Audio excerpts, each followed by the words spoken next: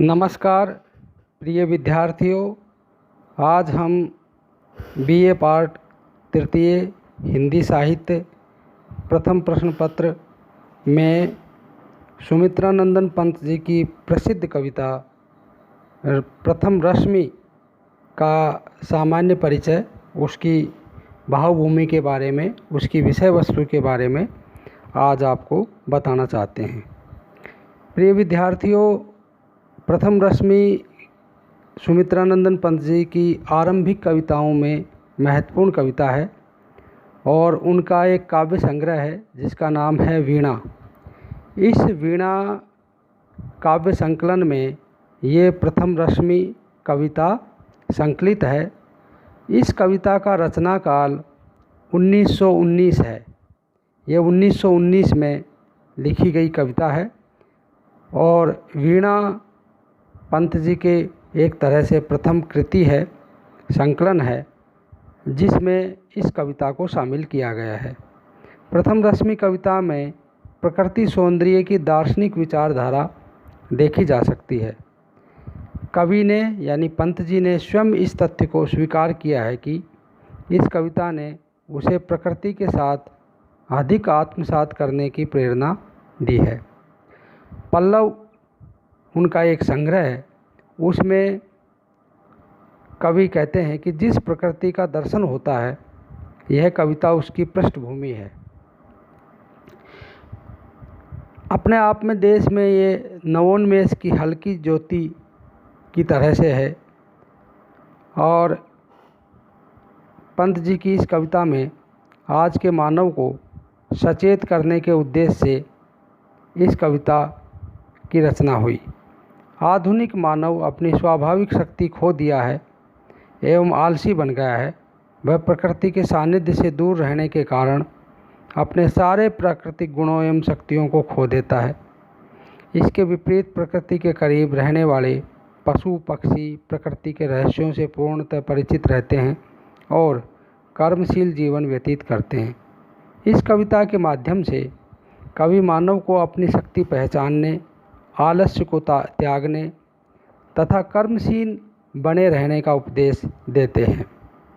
प्रथम रश्मि से तात्पर्य यानी आशय है कि सूरज की या प्रकाश की पहली किरण, इसमें सूरज के प्रथम किरण उसकी प्रथम रश्मि के साथ प्रकृति में होने वाली हलचल, पक्षियों के कलरव आदि का बहुत ही सुंदर मार्मिक चित्रण प्रस्तुत किया गया है, जिसके कारण कवि के हृदय में कौतूहलता होती है। सुबह होने पर पूर्व दिशा में उषा के खिलते ही पक्षी चहचहाने लगते हैं एवं उसे आभास हो जाता है कि सूर्य की पहली किरण फूटने वाली है। कहते भी हैं शिशु पूर्वाग्रह रहित होता है, इसलिए खुली आँखों से प्रथम किरण को देखता है और उसका स्वागत करता है।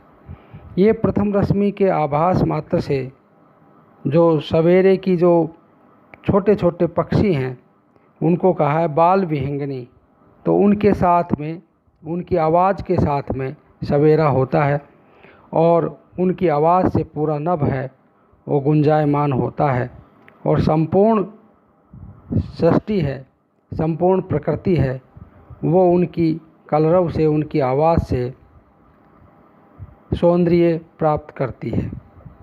कवि ने इस कविता के माध्यम से हमारे भारतीय दर्शन को भी इसमें शामिल किया गया है, जिसके अनुसार, हमारे दर्शन के अनुसार, जगत उत्पत्ति के पूर्व ब्रह्म अव्यक्त दशा में रहता है, प्रलय के वक्त ब्रह्म अव्यक्त हो जाता है तथा सृष्टि करके वह अपने ही नाना रूपों में व्यक्त करता है। कवि एक नन्ही सी शिशु रूपी चिड़िया को संबोधित करता है और वो कहता है कि पक्षियों के प्रभातकालीन कलरव में बच्चों का सा निर्मल उल्लास, निश्चलता, उन्मुक्तता और पवित्रता भर जाती है। यहाँ सूर्य के प्रथम किरण के साथ नवजीवन, जागृति और उल्लास रूपी शक्ति दृष्टिगोचर होती है। आधुनिक मानव प्रकृति के करीब न रहने के कारण प्रकृति के रहस्यों से अनजान रहता है और कवि उस छोटी सी चिड़िया से प्राकृतिक रहस्य को बताने का आग्रह करते हैं। कवि ने सवेरे का जो प्रभातकालीन जो वातावरण है उसका भी बहुत ही मादक वर्णन किया है। सूर्य से पूर्व तारों की ज्योति मंद हो जाती है, अर्थात फीकी पड़ जाती है, तथा हवा का चलना बंद सा हो जाता है। उस स्थिति के प्रति संकेत करके कवि कहते हैं कि तारागणों रूपी दीपकों का तेल समाप्त हो जाने से वृक्षों के पत्ते श्वास रहित थे, अर्थात निश्चल हो उठे थे। गहरी नींद में धरती के प्राणी स्वप्न जगत में विचरण कर रहे थे, अर्थात स्वप्न देख रहे थे। अंधकार सारी धरती पर चारों ओर अपना मंडप तान रखा था, अर्थात अंधकार छाया का हुआ। कवि कहते हैं कि वृक्ष पर रहने वाली बाल विहंगिनी यानी वो चिड़ियाएँ उनके माध्यम से उनसे पूछते हैं कि हे बाल विहंगिनी, ऐसे शांत एवं स्तब्ध वातावरण में तू सूर्य की प्रथम किरण के स्वागत में गीत गाती हुई सहसा कूक उठती है। हे अंतर्यामिनी, तुझको किसने उसका आना बतलाया? अर्थात सारा विश्व नींद की प्रगाढ़ता के कारण मनोरम स्वप्नों में डूबा हुआ था, चारों ओर अंधकार का वितान ताना हुआ था। ऐसे स्तब्ध वातावरण में हे तरुवासिनी, तू सहसा स्वागत गीत गाती हुई कैसे कूक उठी? तुझे प्रथम किरण का आना यानी प्रथम किरण जब पृथ्वी पर पड़ती है तो किसने बताया, तथा हे दूरदर्शिनी, तुझे रहस्य कैसे ज्ञात हुआ?